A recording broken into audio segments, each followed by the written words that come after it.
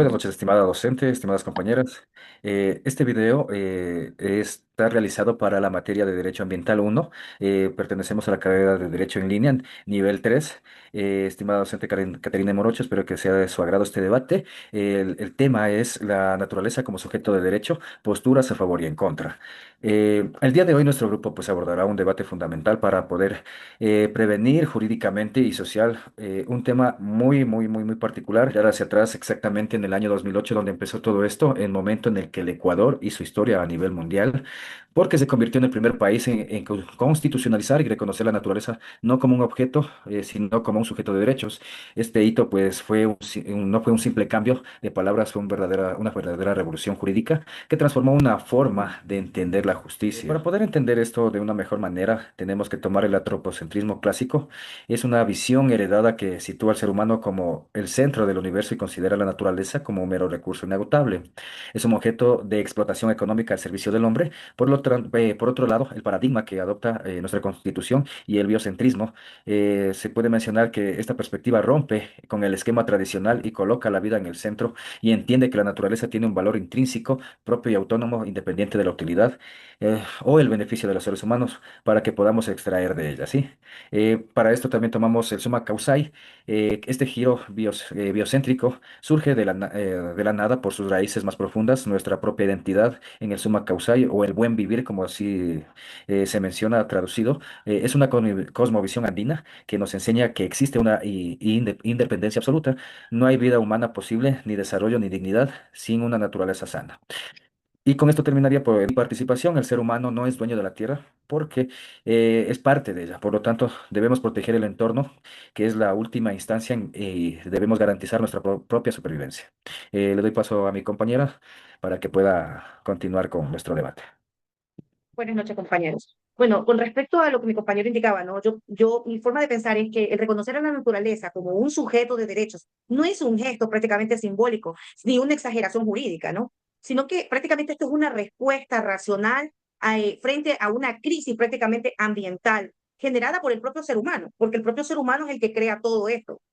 Como dijo mi compañero, a partir de la Constitución de la República de que lo reconoce, que reconoce a la naturaleza o Pachamama como es conocida, como sujeto de derecho de la Constitución, podemos decir que esto se amplía en el alcance de la justicia ambiental. ¿Por qué? Porque nos permite actuar preventivamente para así de esta manera poder defender los ríos, los bosques, los ecosistemas, y antes de que se perjudique y esto sea irreversible, ¿no?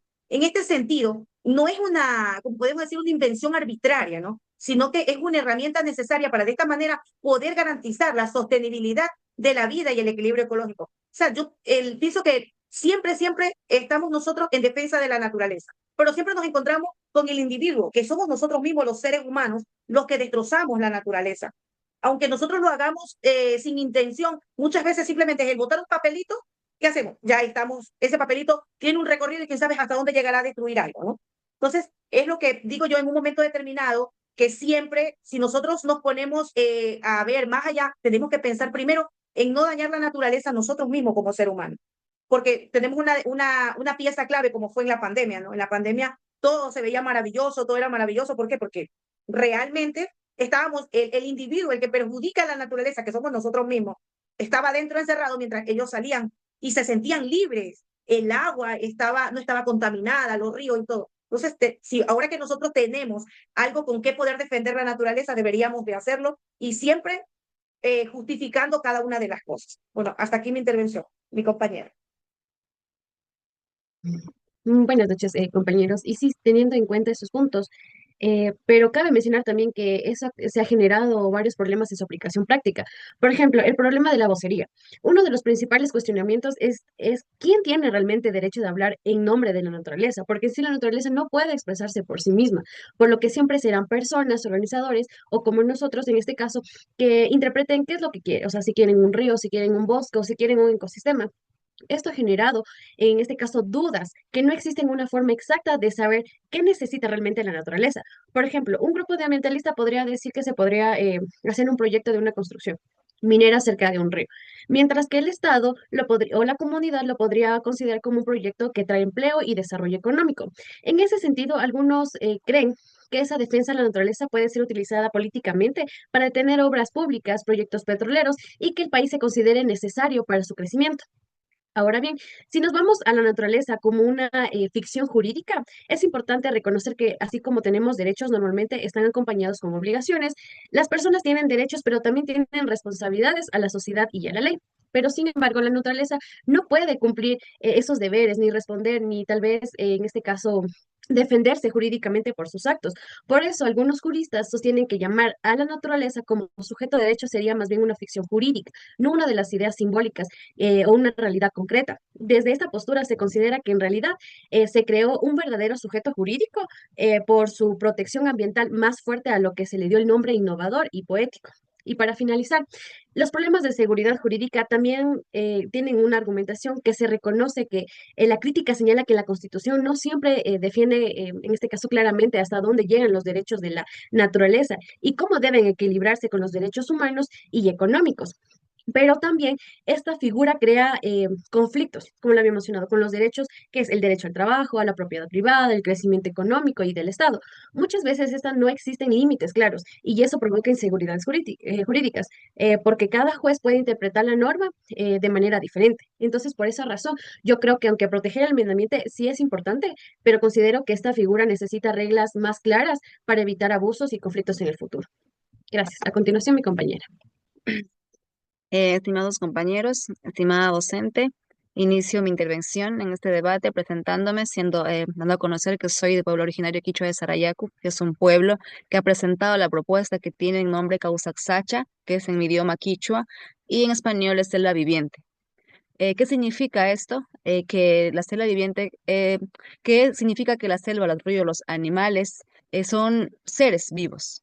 Entiendo la postura de la compañera Allison en decir de que tal vez quién les da voz a esto, a los ríos, a los árboles, cómo entendemos quieren ellos. Pues creo que la forma diferente de la vida, como vemos, tal vez no solo de la cosmovisión indígena andina, sino también de la cosmovisión indígena amazónica, de cómo hay esta conexión con nuestro entorno, que hay un equilibrio, porque si nosotros empezábamos a ver a nuestro entorno como solo recurso, pues hay este desequilibrio y empezamos a notar y se ha visto también en la realidad cómo surge esta destrucción ambiental y en sí la destrucción ambiental nos afecta también a nosotros y en esto que tal vez por desconocimiento de la vida de los pueblos indígenas en la zona amazónica, pueden decir que solo son entornos verdes y que tal vez los pueblos indígenas somos los retrasadores del desarrollo, pero ¿de qué desarrollo se está hablando? Si el desarrollo viene a costa de vidas humanas, a costa de extinguir animales, de extinguir los árboles, de contaminar los ríos, porque yo creo que un desarrollo no se puede llamar desarrollo si venimos a contaminar ríos, a contaminar, a extraer los recursos que yo he mencionado en clases anteriores, que no llamamos recursos naturales, sino decimos bienes de vida, porque tienen vida, porque las reacciones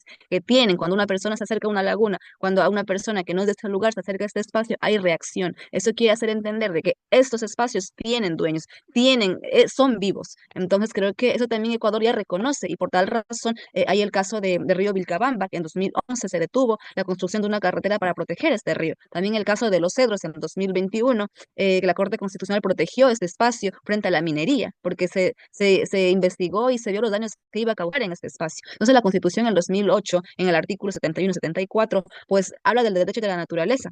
Entonces creo que desde la visión de los pueblos indígenas, este artículo es como tener un blindaje jurídico también, no solo para la existencia humana, sino para la existencia también de toda la biodiversidad. Y entonces entender esto, si hay retos, hay desafíos para que eso se pueda cumplir, pero no es algo que no se pueda, sino que se ha hecho, ya hay ejemplos. Entonces creo que es importante entender que la naturaleza es un sujeto de derecho. Porque si no lo ponemos en esta categoría, pues fácilmente vienen las empresas extractivas, pueden acabar con todo lo que tenemos a nombre del desarrollo. Y creo que es un concepto erróneo que han utilizado durante mucho tiempo y creo que somos todos nosotros conscientes de todo el daño que han hecho a nombre de este concepto territorios amazónicos más que todo, y que el desarrollo no se ha visto en estos espacios. Entonces yo creo que debemos ser conscientes y creo que defender la naturaleza, nosotros como abogados, es nuestra responsabilidad, a más de solo ver el beneficio empresarial o beneficio individual, creo que un bien colectivo también para asegurar nuestra existencia también. Creo que como abogados deberíamos como pensar desde este punto de vista, porque la selva viviente, el Causa Facha nos necesita.